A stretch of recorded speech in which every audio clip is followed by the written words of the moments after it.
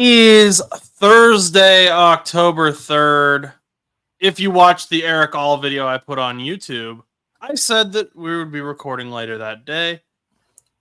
Survey determined that was a lie. I will explain why right after this.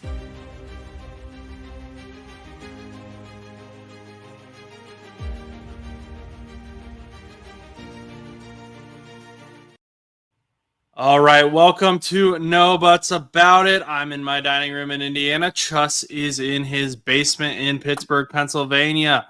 And we had fully believed that we were going to record 2 days ago.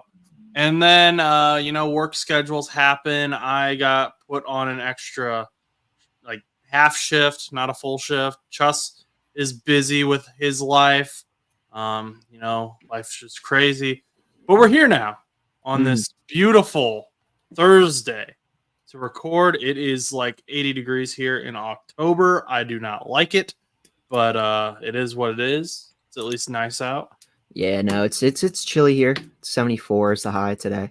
Life's just been busy. I'm not wearing any sport related memorabilia. I was gonna wear something relating to NFL. I told everybody that I was gonna do it for the show, but unfortunately, since we did not record on Tuesday, it threw me off for my attire for the week. So therefore, unfortunately, since this is Thursday, we had to push back our attire looks. So I have to wear my commissioner shirt today instead. So we're just a bunch of liars. This whole show is made up of liars. Well, if we were back on Tuesday, I mean, everything would have been back to normal. But unfortunately, things just don't always work out the way you want. However, 401 people have subscribed on YouTube to this show with a bunch of liars, and we appreciate every single one of you. It's kind of crazy. I know 400 is not really a huge milestone, but for some reason that number sticks out to me.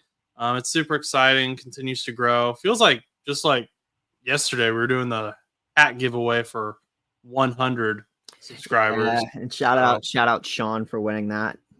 Sean. Yeah, I got to see him wear it. Ironically enough, it was actually one of my friends that did win it. So there was no bias involved. I did the giveaway. I had no idea who Sean was when he won. So yeah, he didn't even tell me that he won until like 2 weeks later. He was like, "Oh yeah, by the way, I won your hat giveaway." I was like, "Oh really?" He's like, "Yeah." And then I went back on because like I don't follow it. Like obviously, whenever he did it, I knew that he was gonna do it, and I had a couple of my friends enter, but I never really followed up on who won. Josh was just like, "Yeah, I picked the winner," and they reached out and whatever they wanted an Eagles hat or whatever it was. So fun stuff. So. Yeah, so maybe we'll do another giveaway for 500, but we appreciate all 401 people who have subscribed on YouTube. Let's talk about football now. And Monday Night Football. One game was awful. One game was amazing. Titans versus Dolphins, not fun. Bad football. Both teams are 1-3 now. Dolphins, honestly, are awful without Tua. I know you got Tyreek and Jalen Waddle, but this whole injury thing has kind of proven Tua's contract is necessary. Titans go in. Mason Rudolph played for a little bit. Titans go in and win 31-12. But the real game, the fun game, and if you have not watched this game yet, you should go watch this game. Lions versus Seahawks. And Seahawks have a ton of injuries. Lions have a ton of injuries.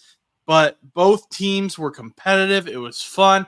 Jared Goff threw 18 for 18, 292 yards, 2 touchdowns, no interceptions. He did get a safety, though. Does that affect his quarterback rating? I don't think that it did. It looks like he's still got a perfect QBR or a passer rating of 155.8.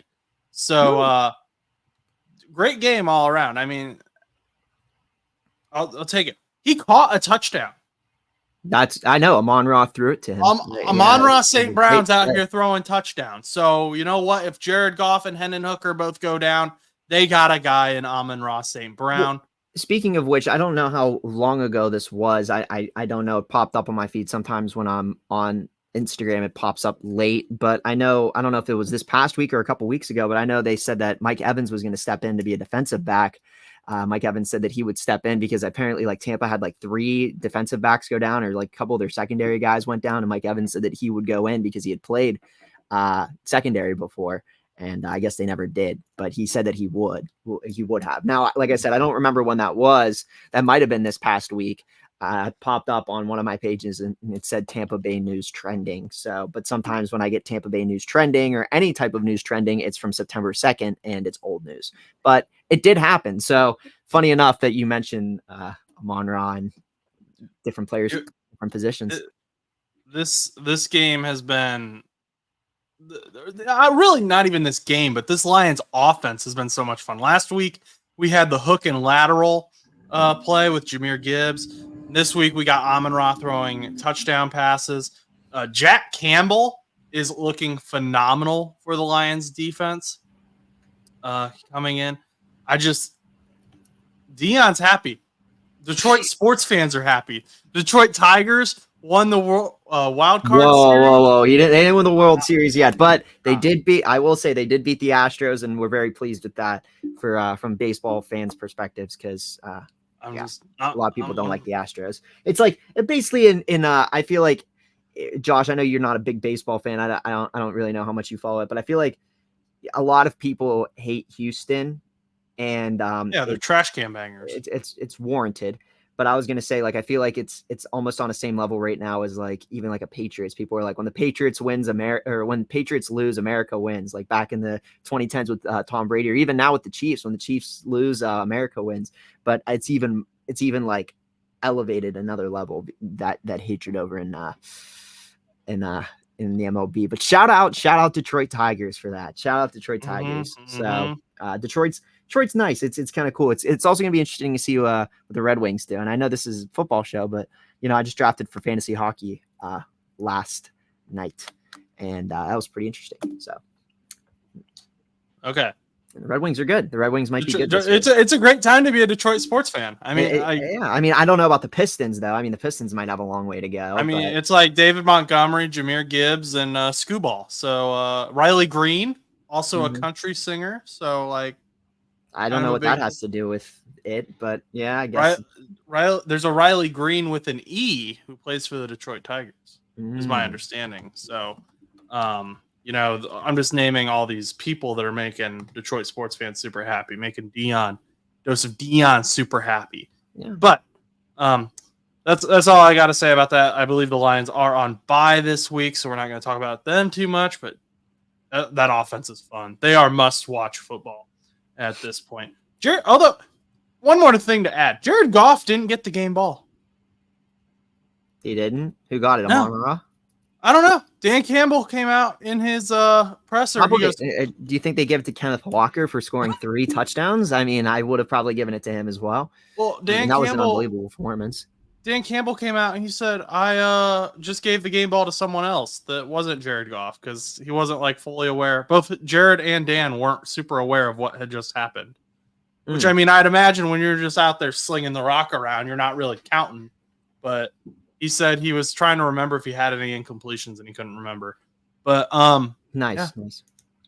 So no game ball for Jared Goff. Maybe it went to Amon-Ra. But let's move on to your Steelers and Colts played last week. And I was also going to say, guys, hold on before you get into this, and then you can restart. But like going back to the old one with Seattle, like you just not going to acknowledge that Kenneth Walker had 3 touchdowns. You're just not going to acknowledge that Kenneth Walker the third, the 3 standing for not only him being the third Kenneth Walker, but also for 3 touchdowns. That's crazy. He may or may not have messed up my parlay. Yeah. Well, I also needed Achane. If Achane would have gotten like another catch and a couple more points, I would have beaten my boy Evan. Shout out Evan in our fantasy league. But unfortunately, I lost 123 to 120. Although speaking of parlays, I do appreciate Geno Smith making possibly some of the dumbest throws that I'd seen all game from him to try and get the DK Metcalf anytime touchdown that I had on my crazy definitely not going to happen parlay. DK had a great game, had a phenomenal game. Carlton Davis was on him all game. They went back and forth. There was some pass interference both ways, but it was a great one-on-one matchup to watch. Great battle, but DK did not get a touchdown, and that's just the way it goes sometimes. But it was just such a fun game. Go back and watch it if you haven't yet, or at least go back and watch the highlights. There's a ton of them. Yeah. Now read your spiel and go back into it. Now let's get back into it. Okay. Colts versus Steelers. They played in Indianapolis, and Anthony Richardson was injured by the Pittsburgh Steelers. That's what the Steelers know how to do best, is injure quarterbacks. And Colts came out on top after Joe Flacco came in to lead the Colts to victory. Will Anthony Richardson play this weekend against the Jacksonville Jaguars? That has yet to be decided. But Chus, give me your initial thoughts on this game, this first loss for the Pittsburgh Steelers. Well, first of all, it was very silly that whenever you texted me and you said that Minka really knows how to injure people, when the first hit wasn't even on Anthony Richardson, wasn't even from Minka. It was actually from Patrick Queen. It was a half tackle. And then the second one I get, like the second hit was like the shoulder to helmet looking thing. It kind of looked like a helmet to helmet, but everyone was like, oh, he might be concussed. He might have a concussion. No, he was out with whatever it was, the lower back or the hip injury or whatever it was. Yeah. I mean, also the problem is the Steelers are a very heavy hitting defense, and that goes without saying. So when a quarterback is going to scramble, or when any player is going to scramble, they're going to get hit hard. That's just how it goes. And that's just always how it's been. So unfortunately, it's an unfortunate circumstance, because obviously I don't want anybody to get hurt, but AR is a big scrambler, and Steelers struggle against that. And I think Minka realized that they needed to dial in. So the players were hitting a lot harder, especially when they struggle against running quarterbacks. But what, you're going to say something? You wanted to say something? I just want to say I sincerely believe that it was Minka. I wasn't trying to denounce him in bad faith. I just was pointing out a trend that I believe to have been continuing. Yes, and we can talk about all of the types of trends in the NFL as well. And I mean, it would still, I don't know, man. You bring up Vontaze Burfict. I wasn't gonna bring up Vontaze Burfict, but I could have. I mean, shout out to our boy Jay. That was an interesting conversation that we had in the comments. Hope he's sticking around to watch the show. But I mentioned Vontaze Burfict in that conversation. But when it comes to the Steelers and the Colts game, it was a tough loss, but it wasn't a situation in which I feel like the Steelers play a lot better in the second half.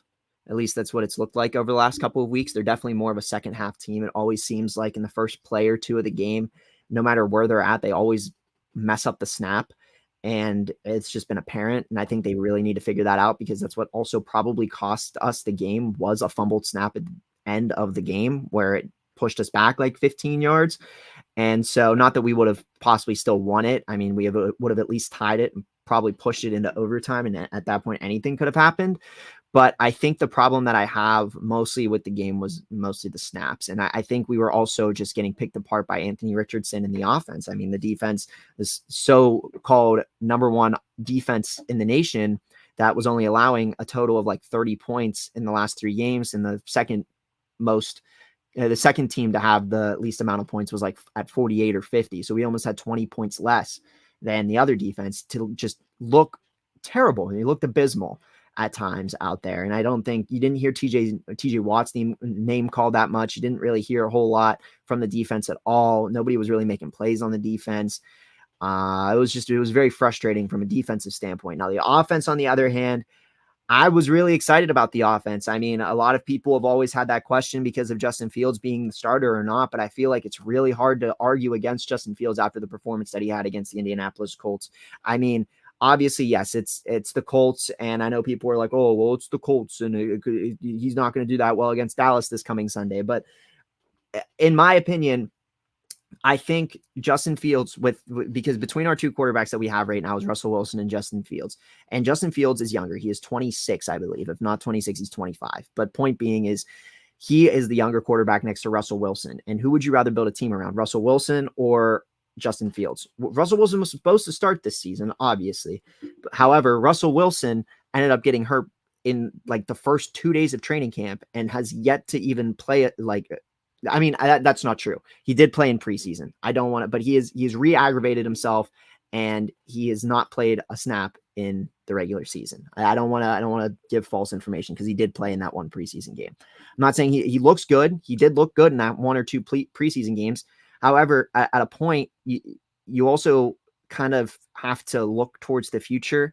And I know that when it comes to this season, it's kind of hard to look towards the future whenever it's more of like a win now mentality because you only have these quarterbacks for a year and you have to figure out what you're doing with them and who you're moving on from and who you're going to continue forth with. And I think that at a sense, like Justin Fields had a great day. I mean, he had 301 total yards passing. He had like 45 yards rushing. He had 2 rushing touchdowns and a passing touchdown. He, I believe, had a fumble, but he didn't have any interceptions or anything like that. But he had a really good game, and I'm sure fantasy managers out there that had Justin Fields in were very pleased, or anyone that had Justin Fields on their bench and probably any other quarterback probably were kicking themselves because most quarterbacks were underperforming this week just from the trends.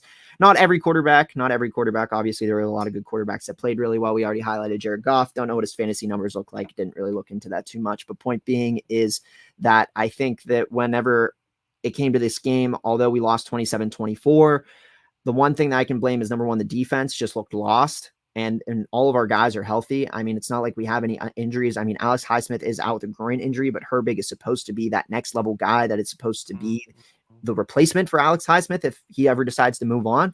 And I mean, some people argue that Herbig is better than Highsmith, which I don't know if I see that yet, but you didn't hear Herbig's name out there that much during the game. Peyton Wilson, who I was very excited about on the show, did not look too hot during a couple of the plays. They kept burning him.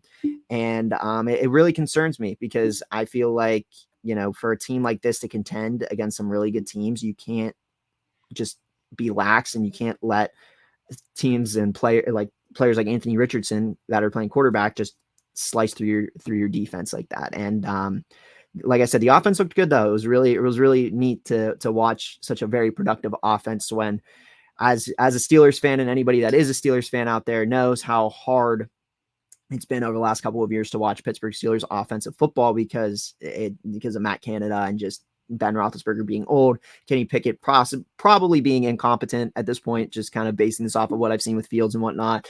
But yeah, it was definitely a nice breath of fresh air, but I had been saying that over the last couple of weeks as well. But initial thoughts were disappointing loss, but I feel like it could have been avoided. And I think that if we would have done things a little differently, I think the offense did everything that they could.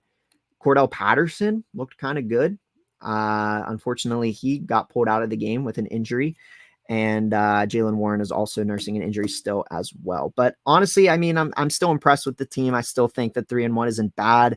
I think based on the Pick'em statistics, I don't know what everyone out there thinks right now, but Pick'em statistics have the game this weekend at like a 50-50 almost, which means that half the people are picking Dallas, half the people are picking Pittsburgh. So obviously I know with Dallas, they might be dealing with some defensive injuries, which could help the offense flourish as well. But also I think one of the big struggles for Justin Fields as well is the offensive line, because we have a lot of offensive line injuries and a lot of guys are going on IR, a lot of young, very, very young offensive line. And it's kind of concerning, more or less, from my perspective. Yeah. So, something to maybe look at, and I do want to address both quarterbacks here in a moment, but something else I want to look at. You guys have 2 rookies starting on your offensive line now, Mason McCormick and Zach Frazier at center. And is it right guard or left guard? You know, I don't know off the top of my head. One of the guards. Okay. One of the guards. Najee Harris, he was struggling in that game against the Colts. He wasn't the rushing leader on your team. Justin Fields was. Justin Fields had 10 carries for 55 yards and 2 touchdowns. Mm-hmm. So and this is a contract year for Najee. Is that correct? Yes, it is. So, a lot of people are saying not to bring up his 5th-year option, if that's where you're going at. Are we thinking Najee just isn't who we thought Najee was, or is that offensive line the issue? and that's why Justin Fields is having to scramble and take off with the ball so often. Well, we have already known that Justin Fields, when he was in Chicago, was already kind of a scrambling quarterback. Obviously, Chicago, I feel like, also didn't really have the offensive line either at times. I mean, I feel like obviously that offense did struggle at points as well. So Justin Fields has always been kind of like a guy that moves a lot. However, I mean, with having this offensive line that's very beat up and hurt, I mean, even you got Broderick Jones on that line, who's only in the year it's only his second year. He was a rookie last year and only played like half the season. So, and that was just because they didn't want to start him right away, which I thought was ridiculous. But going to your question, when it comes to Najee, the problem with this right now is I think that when we first got Najee, he looked great. And the one thing that everybody tends to forget about Najee is that he has, over the last couple of seasons, I think every season so far, he has had over 1,000 rushing yards. So, I mean, I fully believe that he is a good running back, but I think the problem is I feel like we could get a lot more out of him. And I don't know if that's just because he had that ankle injury that he was dealing with that one season. When he's played full seasons, he gets 1,000 yards. I mean, last year he had 1,000. His rookie year, he had 1,000.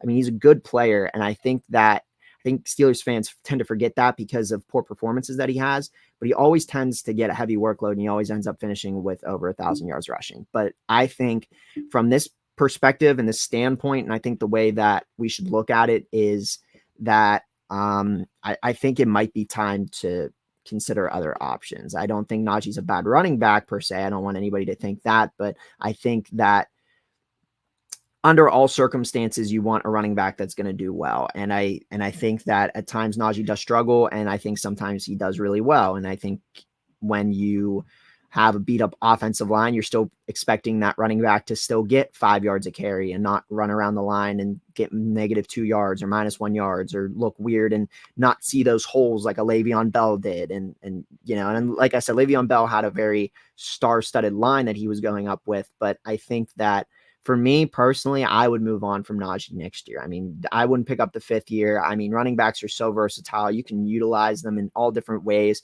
And I feel like Najee has dropped a lot. And by dropping, I mean dropping balls. And I feel like a lot of times, like, he could have caught them, or, I mean, sometimes it's like, oh, well, that makes sense. He dropped it and he probably would have, if he would have caught it, he probably would have lost 4 yards. So I feel like Jaylen Warren would have been better in that sense. I don't know why Jaylen Warren would have been out more in the first week or two, why he wasn't catching the ball as much. But I think just because they're versatile and you can utilize running backs a lot, and there is a lot of running backs out there that just want a chance, that could really take that chance, such as Jaylen Warren, or even going as far as like an Austin Eckler. I would say move on from him. Either draft a running back or try to see what you can do in free agency, or heck, even try to see if you can find one in the off season that's on either your practice squad or an undrafted free agent. Because, like I said, running backs are pretty versatile. And like me and Stan have talked about this before too. Like, I mean, you like in the Jets offense, you have like Breece Hall and all these really good running backs and whatnot. And Israel Abanikanda is not even getting a spot to like even shine. And Israel Abanikanda is a really good running back. And I still believe that to this day. And like, there's running backs like that are like 3rd or 4th string running backs that just want a spot or just want a chance, and they just won't get that spot or they won't get that chance. I think Pittsburgh should utilize that opportunity. I mean, you're seeing it in Kansas City. I mean, they're pretty much just cycling through all these different players. They're making it look like it's Retro Bowl out here, how I run my Retro Bowl teams. It's like, oh yeah, this one player's leaving. Oh, I'll just replace him with another 5-star talent. I mean, yeah, I mean, I don't think Steele was that good, but I mean, like you had Isaiah Pacheco, and then everyone thought, you had Kareem Hunt. You have all these really good running backs over time, and now look at where you're at. I mean, yeah, you have Kareem Hunt back on your team. I get it. That's pretty fun. But I mean, I think that the way that Pittsburgh should go about it is I think it's time for move on from Najee. But there's still a lot of season left. It's only week 5.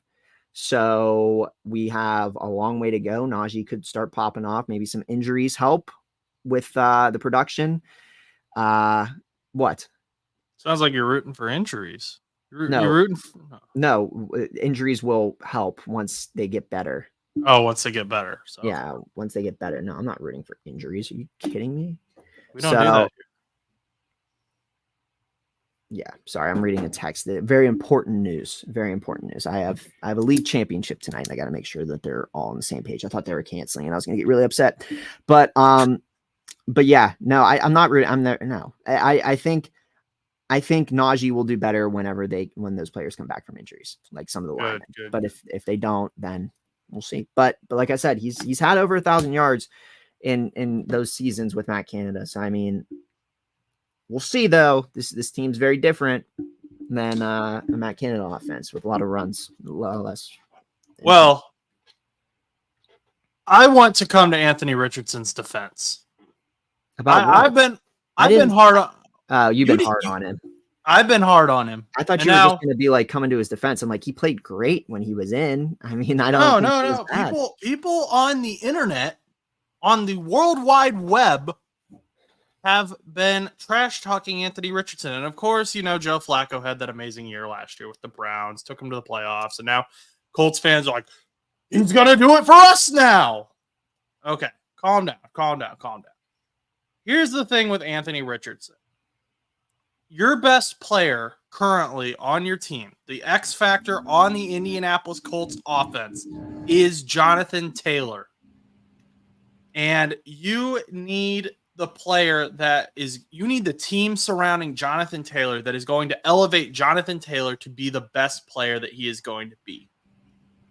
And the Colts have a ton of offensive talent. Michael Pittman Jr., phenomenal. He got it together last week with Anthony Richardson, threw some balls to him. Joe Flacco threw some balls to him. It was the Michael Pittman Jr. we expected to see. But Jonathan Taylor, there is a specific trend that we have talked about. When Jonathan Taylor gets carries, the Indianapolis Colts win football games. And that trend continued against the Pittsburgh Steelers. Jonathan Taylor had 21 attempts, 81 yards, averaged 4.2 yards per carry, and he had 1 touchdown. Not his best game at all. The last 2 weeks, he's crossed 100 yards. But, and there was that Packers loss that we yelled about and I thought was awful. But anyway. Yep. Anthony Richardson.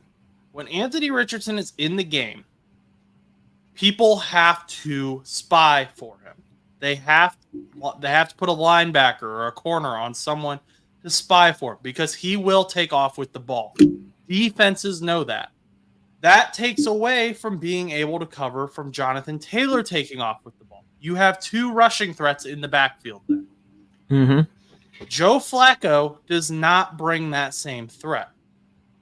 And it makes... So wait, people are calling for Joe Flacco to start? Oh, yeah. People want Joe Flacco to start over. Because, don't get me wrong, Anthony Richardson has not been great. He hasn't been... I understand, in the Chris Ballard era of football, in the we like who we got era of football with Indianapolis Colts fans, you guys are frustrated. I understand that. I get it. And I get AR was supposed to be this huge prospect. You spent a high pick on him and everything. But he hasn't really played football. This was like his 20th start since high school. Mm-hmm. You have him. You have Anthony Richardson right now.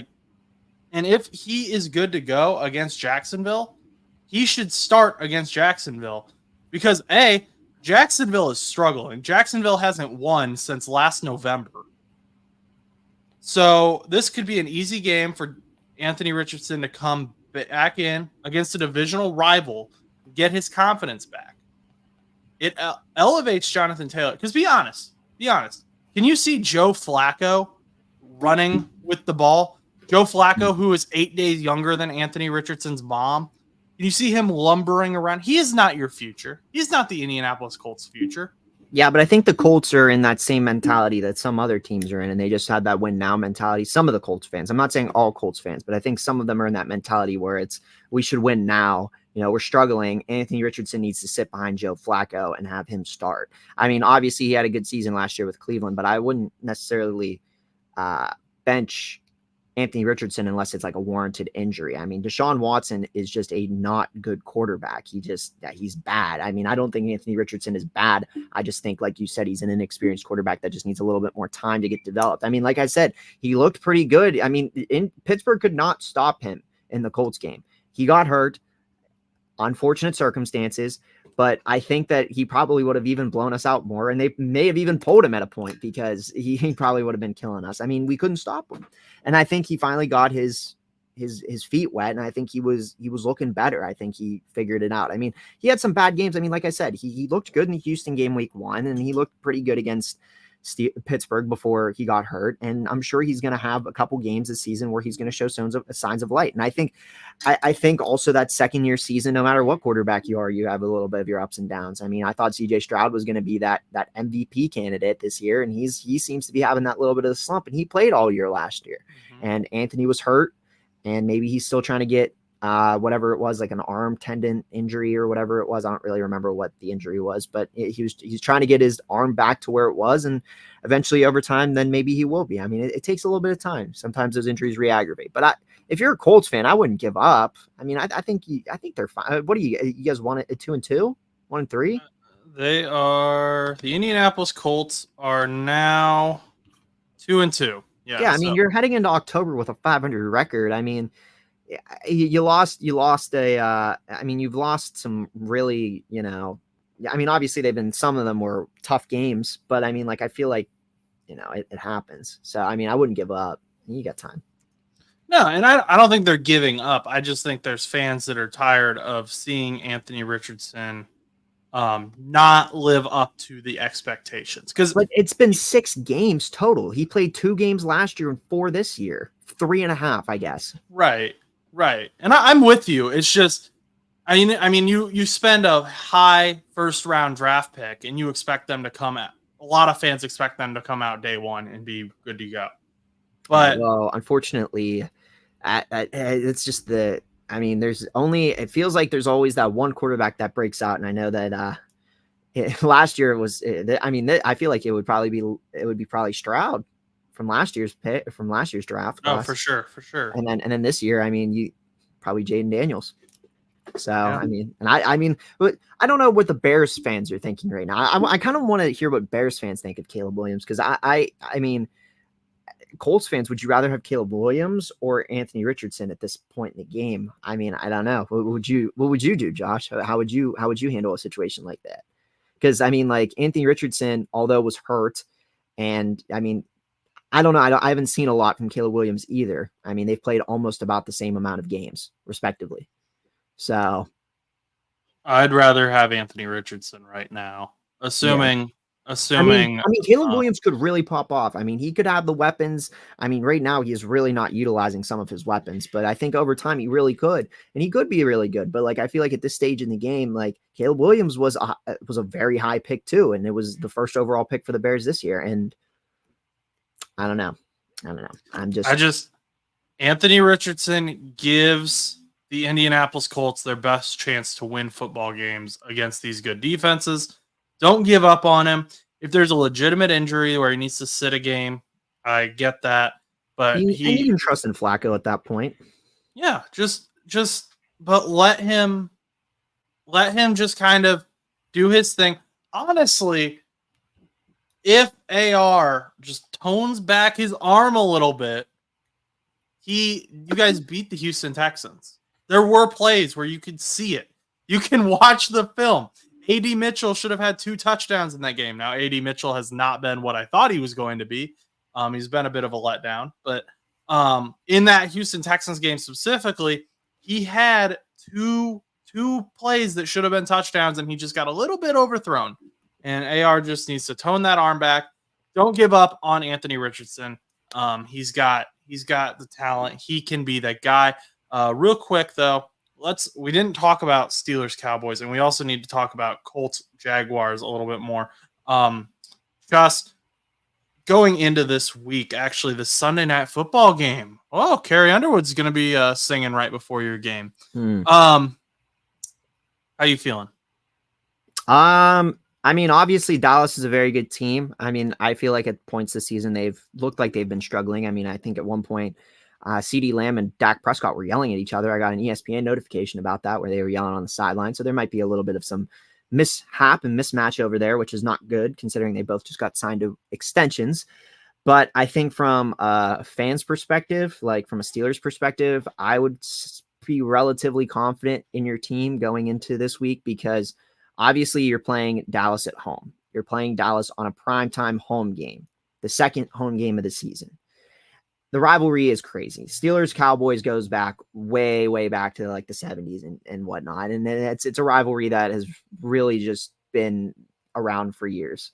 And so to have that game, it's going to be a fun game. It's going to be a close matchup. And I think though with Pittsburgh, I think that their best bet, or their best chance at winning right now is on the idea that maybe, Micah Parsons and those guys don't play, because I know that some of them were questionable at some point this week. It's Thursday now, so I don't know what the injury report looks like, but I know that they were having some injuries as well, which could help on the offense, especially if Micah Parsons is injured, because if Micah Parsons ends up not playing, you have that young rookie offensive line not going up against that star-studded Parsons.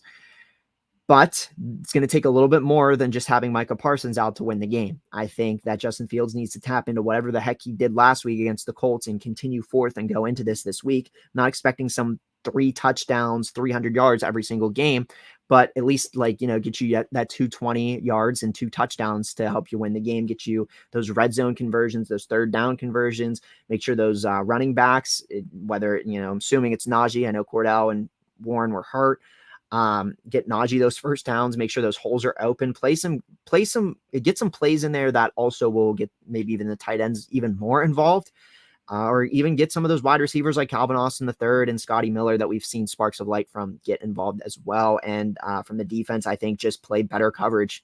They got torched, and you're going to get torched by CeeDee Lamb. If you're getting torched by Michael Pittman Jr., you're going to get torched by CeeDee Lamb. You're going to get even torched more. So those cornerbacks need to come together. Those safeties needs to play like higher up. They need to play more stronger. And from my perspective, I'm a little bit concerned, but I'm pretty confident in the team because I've seen what they can do. If the defense plays like they're playing at home, if the offense plays as if they're playing at home, it's a home game. Steelers are going to be loud. It's a crazy rivalry. I'm pretty confident going into the game.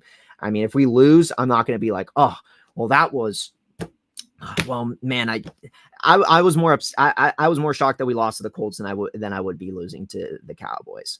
And that's just how it is. And then we go up against the Raiders, then we got the Jets and then the Giants. And a lot of those games from this outside perspective, I think this might probably be our hardest game in the month of October. Yeah. So I think you guys are going to win. Obviously I'm not rooting for that, but yeah, because we'll just keep running further and further away with the division at that point. Micah Parsons and DeMarcus Lawrence are both expected to be out. Cowboys offense, I think, could be fine, but I am concerned with what we have seen. Concerned in a good way for you. What the Steelers offense has shown. I was going to say, but that chemistry, though, like that chemistry with Dallas and whatnot, it's concerning. Just from that perspective, if I was a Cowboys fan, not even like coming from a Steelers fan, it's just like one of those things that hopefully they work out. I would rather them work it out next week, though, not this week.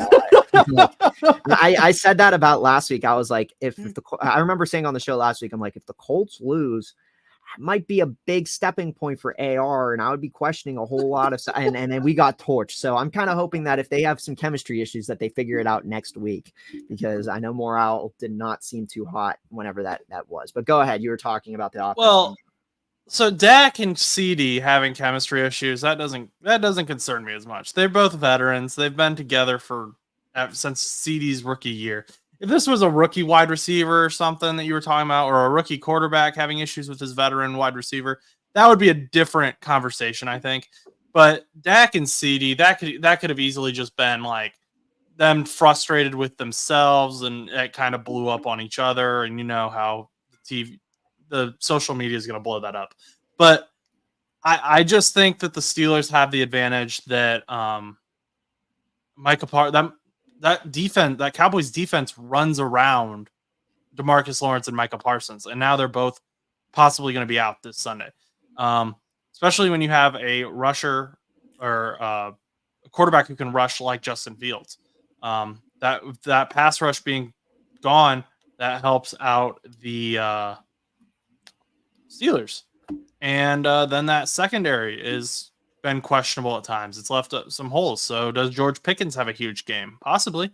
So we'll see what happens. Is Roman Wilson returning yet? Do we know? I thought he was going to return against the Colts. So I would I would expect him to play, but also since I haven't, like I said, seen him play yet this season, I wouldn't be surprised if they hold out another week. But maybe I think this would be a perfect time to bring him back. I mean, I would rather you bring him back this week, Sunday Night Football. Steelers love playing under the lights. Steelers fans are going to be rowdy. You got a really good matchup with the Cowboys, and I would bring him back this week. I wouldn't wait to bring him back next week against the Raiders. I think he is trending in the direction to play, but also, like I said, I thought a lot of people on the radio, a lot of people everywhere were pretty set and confirmed that Roman Wilson was going to play against the Colts, and he did not. So I don't know. Okay. Well, before we move on to the Bengals and Davante Adams and all that, all I'm going to say for the Colts is don't be the team that the Jaguars break their losing streak against. You guys don't want to be that team, especially with divisional rival. Go out there. Let Anthony Richardson do Anthony Richardson things if he's healthy. If not, Joe Flacco, you get the call up. But Trevor Lawrence has been struggling. Brian Thomas has been struggling. That whole defense has been struggling. I don't know what the issue is down there in Jacksonville, but don't be the team that they find their solution against. I expect the Colts to win. You guys are on a winning streak, and I believe in you. For the shoe. Moving on. Cincinnati Bengals got their first win of the season against the Carolina Panthers. And wouldn't you know it, they played some younger guys. Was Jordan Battle one of those younger guys? No.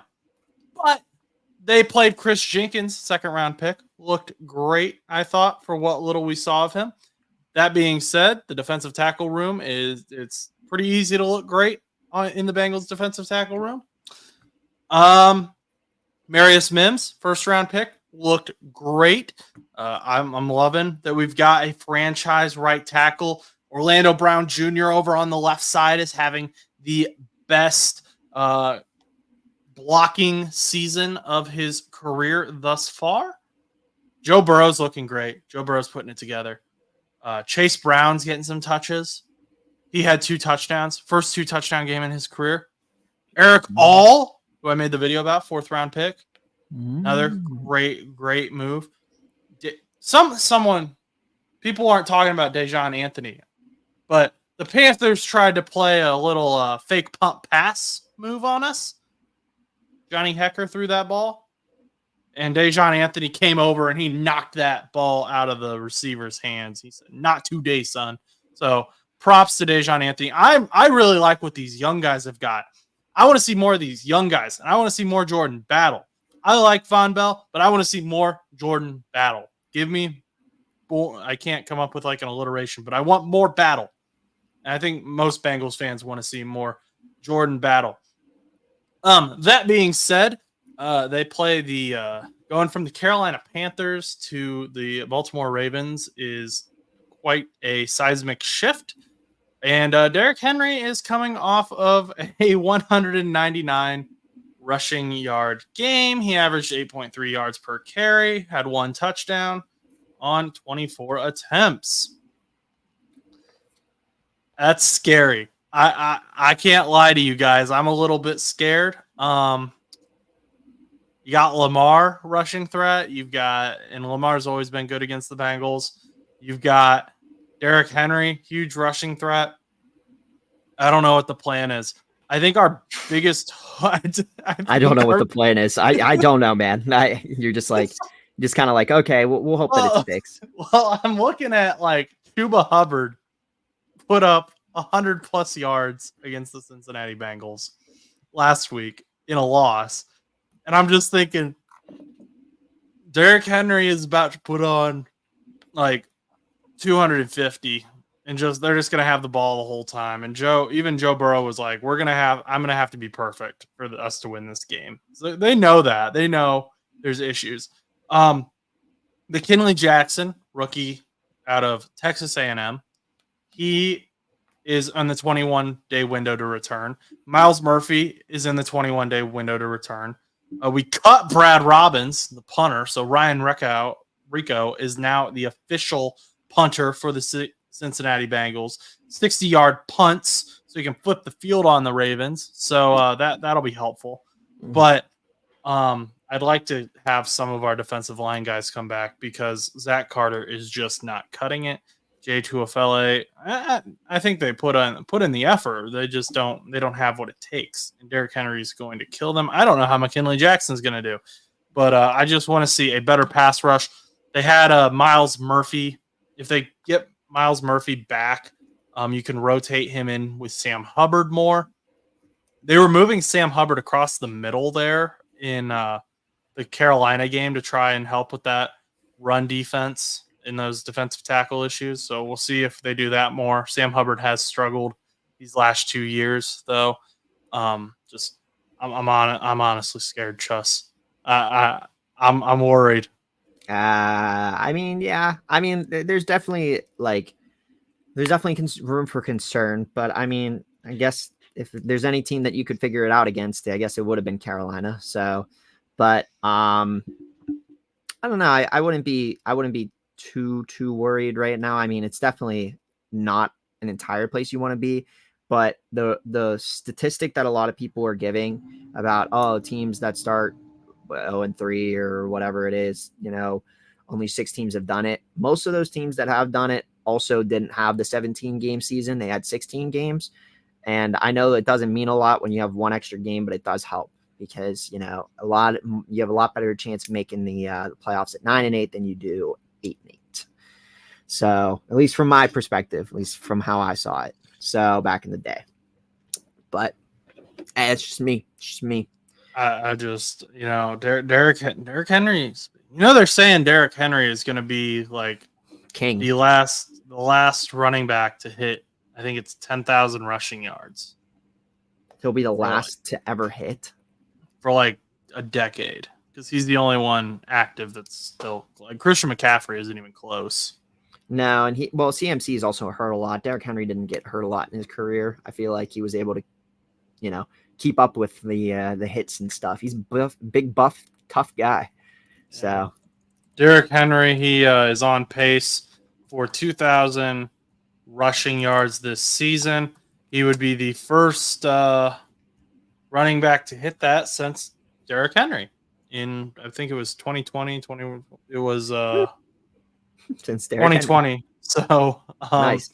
He is currently 15 yards away from 10,000. So he's probably going to hit that against the Bengals, I would guess. Mm-hmm. But probably, but we'll see. I mean, maybe something will happen. But yeah, I definitely think the one big struggle that you guys have, and as you mentioned, is the defense. I think that if you guys got the defense figured out, I think you guys would be an even better team than you guys thought you would be. I think your offense looked really good against Carolina, but at moments I was like, dang, your defense is just kind of looks lost. And I get it's Andy Dalton, it's different quarterback than Bryce Young, but still. The Baltimore's a good the team. The other thing with the defense was Cam Taylor-Britt was just off. Like that was a bad game from him. Like do you think that is he? I mean, I don't watch Cincinnati, so I'm guessing has he had games like this before, or is this like a one-off game where he just kind of looked lost? This is a weird outlier for him. I mean, this was the guy that was like shutting down Xavier Worthy when they played the Chiefs, who intercepted Patrick Mahomes with one hand.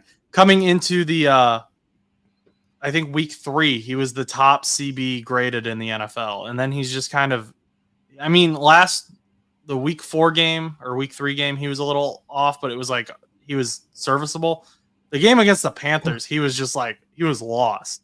And Lou ended up benching him for DJ Turner, which props to DJ Turner. DJ Turner came in and he turned it on. He figured it out. It was great. He looked phenomenal. But, I'm worried about Cam Taylor-Britt a little bit, but also I take comfort in the fact that during the locker room interviews this week, he said, that was on me. I had a bad week. It won't happen again. So he didn't. Yes. So he's not blaming other people. They asked him about how did it feel to be benched, and he was like, well, when you play like that, the way I did, you're going to get benched. And so it wasn't a oh, what the heck type thing. There was no drama. It was very like, I deserve that. Mm-hmm. And they did what was best for the team. He understands that, and that gives me comfort. Hopefully, him and DJ Turner, Mike Hilton, Dax Hill, that whatever rotation they put out there, they're able to stop the passing game so that the linebackers can at least focus on the run game, trying to stop Derrick Henry and Lamar Jackson. I was also going to say, like, the one thing that you also kind of have left out when it comes to who you're playing is it's a divisional matchup. And I think it's really hard to predict how a divisional matchup will go because it never goes the way that you anticipate or plan because of it being a divisional matchup. You could be very confident or you could be very not confident, but at the end of the day, it's still probably going to be, I mean, based on the teams that are in our division now, I feel like it's relatively close. Now, if you would have talked about it 10 years ago, I would have said the Browns are not going to beat anybody, but the Browns are still, in contention because of their defense and whatnot. But my point is that you can be as confident or unconfident as you want.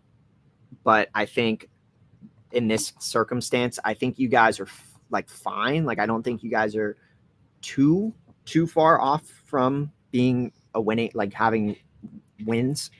But I wouldn't get too concerned against Baltimore because anything can happen in those divisional games. You're at Baltimore or at Cincinnati? I think it's at Cincinnati. I'll double check here. But that helps too. Yeah. But I mean, listen. When you're in Pittsburgh, the one thing I will say is like it's kind of in the middle. So like you get a lot of Browns fans because it's 2 hours. You get Cincinnati fans because it's 4 hours, and you get Baltimore fans because it's 4 hours. Baltimore to Cincinnati is probably a far drive, so I'm sure that people aren't making the trip for Baltimore versus Cincinnati. So it's going to be very, very home gamey. So I hope so.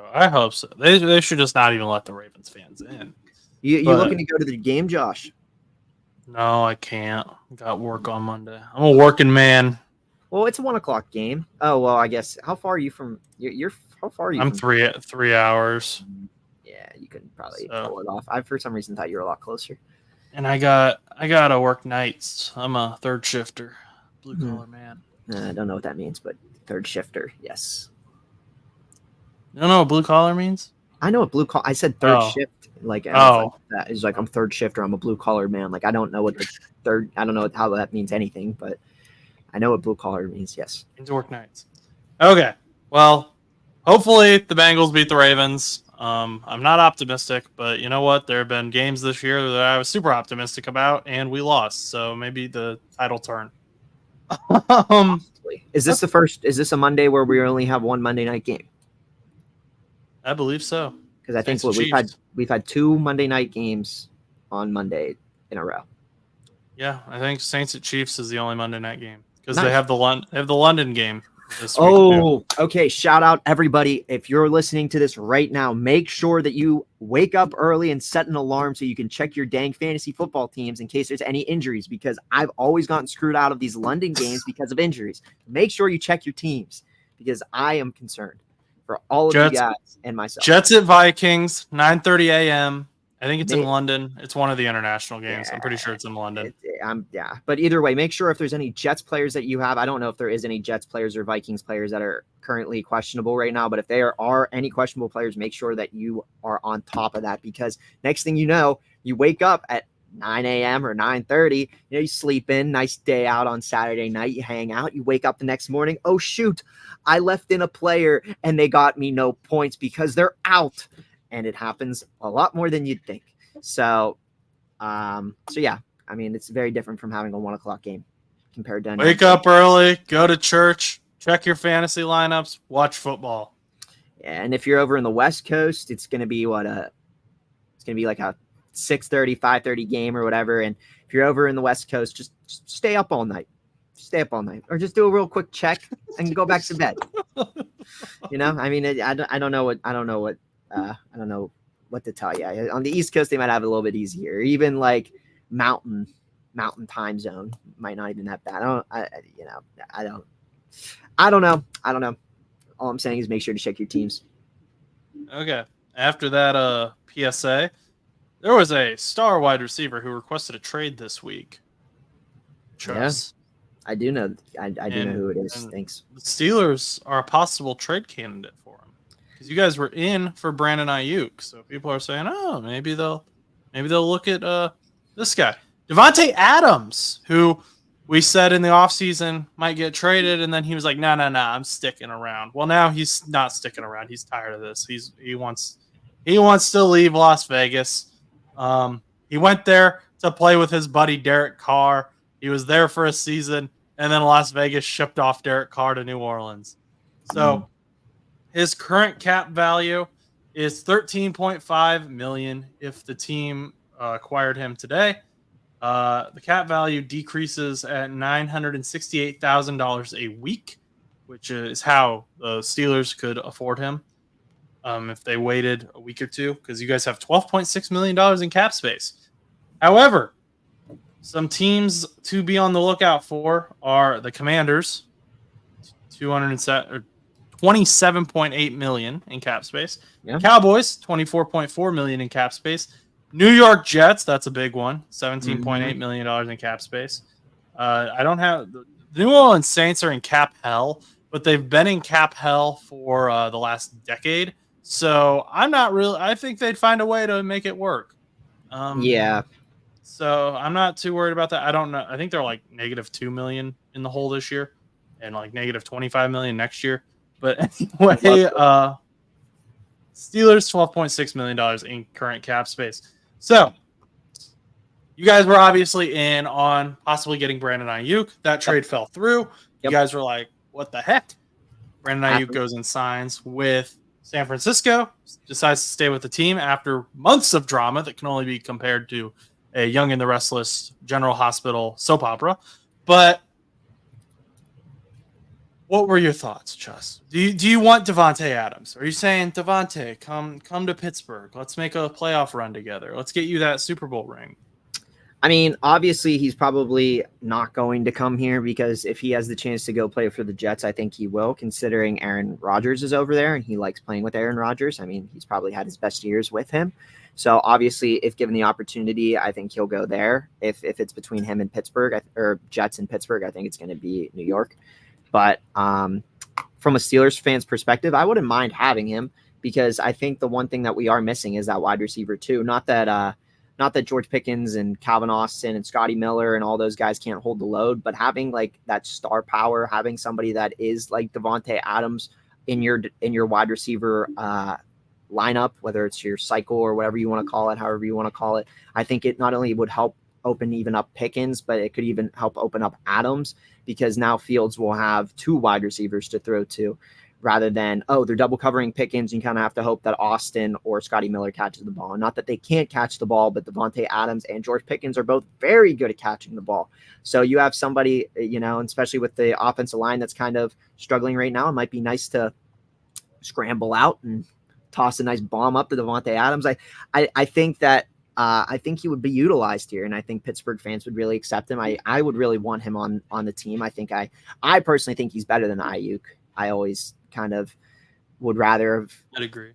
I would probably rather have him on the team than Ayuk, and so if we had the chance, I would 100% take him. But obviously, like I mentioned before, I think since he's played with Aaron Rodgers, I think his first choice is going to be New York. I think his two preferred places after he requested a trade was New York and New Orleans. So I would probably be more on the lookout for them, but I could see Pittsburgh being a sneaky contender because Pittsburgh is 3-1. So I think with that record and having a good defense and having an offense that just needs a little bit more of a push, I think that could be very enticing to him. But also, I don't know if I would necessarily see a trade happening I think it's going to be more or less happening in the next couple of weeks. I think Adams wants a trade, but I think from Vegas's standpoint, I think they're going to wait. I think right now they're at 2-2. I know that they believe that they can't make playoffs, but I think they also kind of deep down believe that they could or make some sort of push with the 2-2 record. And I think they're kind of waiting and seeing what's going to happen because obviously we didn't see much movement this week. He requested a trade, and that was pretty much it. And now we're on to Thursday. It's going to be tomorrow. It's going to be Friday. Most likely they're not going to move Vegas, or Vegas isn't going to move Davante Adams tomorrow with the game happening this coming weekend. and then you go into next week. And then at that point, I feel like your closest point of when they're going to trade is probably the deadline. And by then it really there's a lot that'll probably be put into place. I mean, I feel like it's not going to happen this week. I don't think it's going to happen next week. I think it's going to be more of a week 7 thing. I think week 7 is going to be a situation where I think players of all type, whether it's a wide receiver, running back, whatever player it is, they're all going to be on the move starting week 7, I feel like. I mean, it could happen earlier, but from a Steelers perspective, from a Steelers fans perspective, I think that I would love having him, but I'm not going to get my hopes up, especially number one, after the Brandon Ayuk situation, and number two, that he's already kind of said that he would prefer to play at those two places. And if he was like Brandon Ayuk kind of had mentioned that he would play in Pittsburgh or San Fran. So it was kind of like, okay, so it's a 50-50 shot. We'll see. But yeah, I'd agree with that. I also, we are planning on getting Stan the Jet fan on at some point to talk about the Jets perspective, but kind of to try and advocate for the Saints. I mean, the whole reason Davante Adams wants that Super Bowl ring, the Saints are looking good. They're looking way better than people thought they would. And he wanted to go play with Derek Carr. He didn't really get that opportunity. Maybe he wants that. I think, though, if he's looking to play with an old buddy plus get a championship chance, his best odds are probably in New York with the Jets and Aaron Rodgers and Breece Hall, Braylon Allen. That Garrett Wilson, Davante Adams combination would be a problem for AFC East teams. And right now you've got the Bills are kind of, Josh Allen's playing great, but also like, what are they? They've got a ton of injuries on defense. Miami obviously isn't great with Tua being out. Patriots are what they are. So I think that the Jets do honestly provide that greatest chance of a championship for Davante Adams. Get Aaron Rodgers that second ring as well. Someone's going to bring it up, I feel like. And so I'm just going to mention why I don't think this will happen. The Kansas City Chiefs have been also considered a trade partner with Davante Adams because of Rashee Rice going on IR, being out for pretty much an indefinite amount of time. Now you've got Xavier Worthy over there still, but who knows what he's going to be. He's looked decent so far, but who knows? Why would the Raiders trade him to the Kansas City Chiefs? The Raiders aren't going to trade Davante Adams to a team that is in their division and that is already dominant. They're looking to make that team worse. They're not looking to improve that team. And you could say like, oh, well, maybe they're like, we're going to lose anyway. We're not going to win the division anyway this year. So let's just give them to them and take the draft picks and move on, improve for next year. Who knows how long Davante Adams is going to be there? Who knows how long Davante Adams is going to be good? Is he going to be there for 1 year? Okay, that's one thing. But if he's there for the next 3 years, you've then set up the Kansas City Chiefs. You're giving Patrick Mahomes one of the best wide receivers in the NFL, along with one of the best tight ends in the NFL, with the best offensive line in the NFL, with one of the best defenses in the NFL. Like, come on. You can't do that. Why would the Raiders do that? So I definitely think the Jets and the Saints are your two best options. I don't know what the Saints have to offer. I don't know what the Jets have to offer. Obviously, the Raiders are going to be looking at that as well. But ultimately, if I'm Davante Adams, I'm trying to figure out how to get to New York. And there may be something where Stan's just kind of like, I could see Stan being like, we don't really want him because of cap issues and we like our young guys that we've drafted. But I could also see Stan being super ecstatic about the idea of a Garrett Wilson, Davante Adams wide receiver duo. And then Mike Williams becomes your number 3, excuse me. So it could be a really exciting time for the Jets.